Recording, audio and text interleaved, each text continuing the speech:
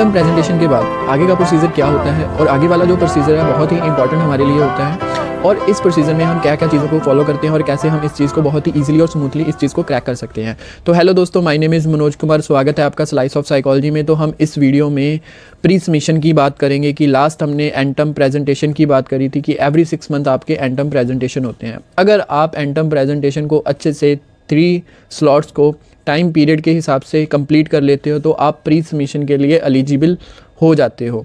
अब pre submission से पहले आपके लिए 2 चीज़ें बहुत ही इंपॉर्टेंट होती हैं कि लाइक आपके एलिजिबिलिटी क्राइटेरिया को फाइंड आउट करना होता है।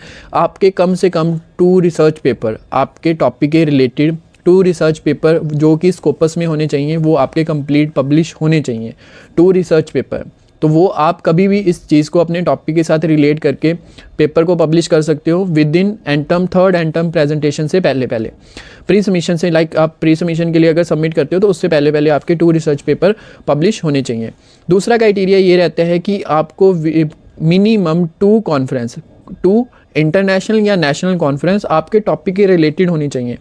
ऐसा नहीं है कि आप कोई भी इंटरनेशनल या नेशनल कॉन्फ्रेंस में बैठ जाओ और उसका सर्टिफिकेट ले आके या पेपर को प्रेजेंट करके आप उसका सर्टिफिकेट लगा के सबमिट करवा सकते हो। ऐसा नहीं है, वो आपके टॉपिक के साथ रिलेट करती हुई कॉन्फ्रेंस होनी चाहिए। कि सपोज दैट, अगर एग्जांपल दूँ, आप अगर सेल्फ एस्टीम के ऊपर वर्क कर रहे हो, एक साइकोलॉजी स्टूडेंट अगर सेल्फ एस्टीम के ऊपर वर्क कर रहा है तो उसकी जो इंटरनेशनल या नेशनल कॉन्फ्रेंस होनी चाहिए वो सेल्फ एस्टीम के साथ ही रिलेट करती होनी चाहिए कि लाइक उसी एरिया में होनी चाहिए, और वहाँ पे भी आपको पेपर रिप्रेजेंट करना होता है, पार्टिसिपेशन नहीं चलती, पेपर रिप्रेजेंट होना चाहिए। तो अगर आप 2 कॉन्फ्रेंस, नेशनल और इंटरनेशनल, एंड 2 आपके पेपर्स, वो भी आपके स्कोपस में होने चाहिए। अगर आप ये क्राइटेरिया, दोनों क्राइटेरिया को फुलफिल कर देते हो तो आप प्री सबमिशन के लिए एलिजिबल हो जाते हो। जो भी हमने थीसिस कंप्लीट कर चुके होते हैं कि लाइक हमने 3 ETPs में अपनी जो भी उसमें चेंजेस करने वाली थी या जो भी हमने काम किया, डाटा कलेक्शन और प्रॉपर अपना थीसिस बनाया, तो हम प्री सबमिशन के लिए उसको भेजते हैं मीन्स आप एक्सटर्नल्स को या इंटरनल्स को भेजते हो, और उसके लिए एक सेमिनार होता है। प्री सबमिशन के लिए सेमिनार्स होता है, और उस सेमिनार में फिर वही पर्सन आता है जो आपके फर्स्ट SAS में आता है, स्टेट ऑफ आर्ट्स में। वो आपके लिए सामने फिर बैठता है, वो देखता है कि आपको जब लास्ट टाइम फर्स्ट टाइम मिल के गया था तो उसके बाद आपने पूरी अपनी जर्नी में PhD की जर्नी में 3 एंटम कंप्लीट होने के बाद आपने क्या प्रोग्रेस किया है या क्या रिजल्ट लेके आए हो, तो वो सारी प्री सबमिशन सेमिनार होता है, जिसको हम प्री सबमिशन सेमिनार भी बोलते हैं।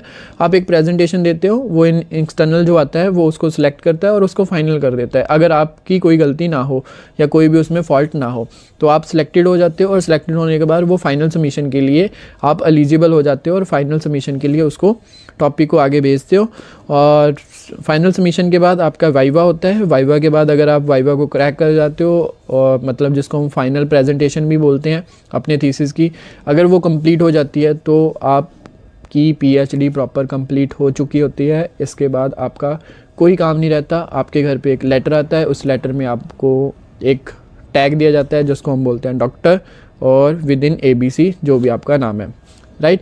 ये आपका PhD का प्रॉपर प्रोसीजर 3 इयर्स में कंप्लीट हो जाता है। कई बच्चे 2.5 ईयर में भी कंप्लीट कर लेते हैं, पर फाइनल जो सबमिशन होती है वो विद इन 3 इयर्स में ही होती है। आप अगर इसको डिले करते जाओगे, अपने काम को करते जाओगे, तो वो आप अपने PhD को 4, 5, 6 ईयर, 7 ईयर भी लेट करते जा सकते हो। वो डिपेंड करता है आपके ऊपर, और क्या क्या चीज़ों का ध्यान रखना चाहिए कि कैसे अपनी हम PhD को 3 इयर्स में कंप्लीट कर सकते हैं। तो उसके लिए हम एक शॉर्ट वीडियो बनाएंगे, तो आप उस शॉर्ट वीडियो को देख सकते हो।